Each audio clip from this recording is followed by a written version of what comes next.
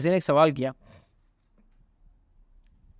सवाल ये है कि आयुर्वेदिक साइंस में यूनानी साइंस के अंदर फिलॉसफी होती है जिसमें इंसान को बांटा गया है, मसलन दशा, उसमें इंसानों की खुसूसियत बताई जाती है कि इंसान इनमें से तकसीम हुआ है और बना है, जैसा कि पित्ता, खपा और अलग अलग उन्होंने नाम लिखे हो। और इसमें बताया जाता है कि फला लोग मतलब पित्ता वाले हैं, अच्छा होते हैं, उससे दवा ढूंढना आसान होता है।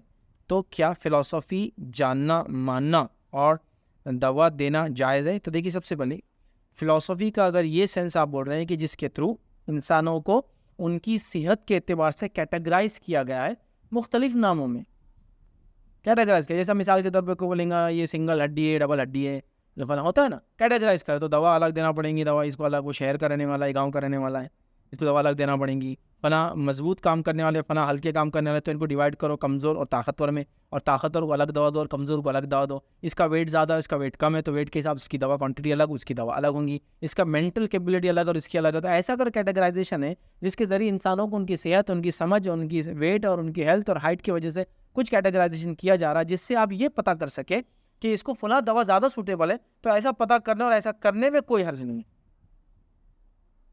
अब इसमें यह भी हो सकता है कोई कहे कि ऐसा इंसान उनकी औलाद है बोल के ऐसा दिखता है, वो तो एक समझने की हद तक, ऐसा फिलॉसफी पढ़ने में भी कोई हर्ज नहीं। लेकिन हम ये सोच रहे हैं कि फला चीज़ को फला की सेहत, हालात, माहौल, माशरे के एतबार से कैटेगराइज किया गया है, तो करने में मैं समझता हूँ कोई हर्ज इस एतबार से नहीं। लेकिन इसके पीछे कोई अकीदा है कि फला ऐसा है तो ये इसकी औलाद है, ये यहाँ से पैदा हुआ, तो इसमें ये बुराइयाँ होंगी जो इसके बाप में थी, ये सब चीज़ें फिर दुरुस्त नहीं होंगी, क्योंकि आप बहुत लंबा चले जा रहे हैं।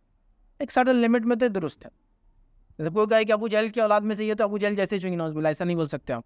अबू जहल के बच्चे ईमान ला लिए थे बाद में, तो वैसा नहीं हो सकता। लेकिन आप कैटेगराइज करें, ये लोग होता है ना। और मैंने देखा बहुत सारे चीज़ों पे लोगों को कैटेगराइज किया जाता है।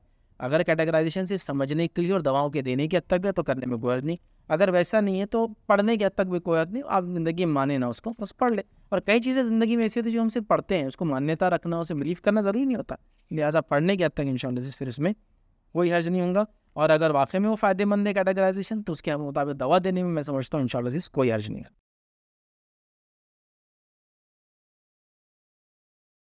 अस्सलाम वालेकुम। आप भी हमारे इस काम में ताउन करें अपनी ज़कात और सदक़ात के ज़रिए। डोनेशन डिटेल्स के लिए डोनेट पर क्लिक करें। अगर आपको हमारे वीडियोज़ पसंद आए हैं तो इसे शेयर करें और सबके हक़दार बनें। रोज़ाना हमारे वीडियोज़ को पाने के लिए हमारे यूट्यूब चैनल को सब्सक्राइब करें और बेल आइकन दबाएं। हमसे दीगर सोशल मीडिया पर जुड़ने के लिए वीडियो में दिए गए आईडीज़ को सर्च करें। जज़ाकल्लाह।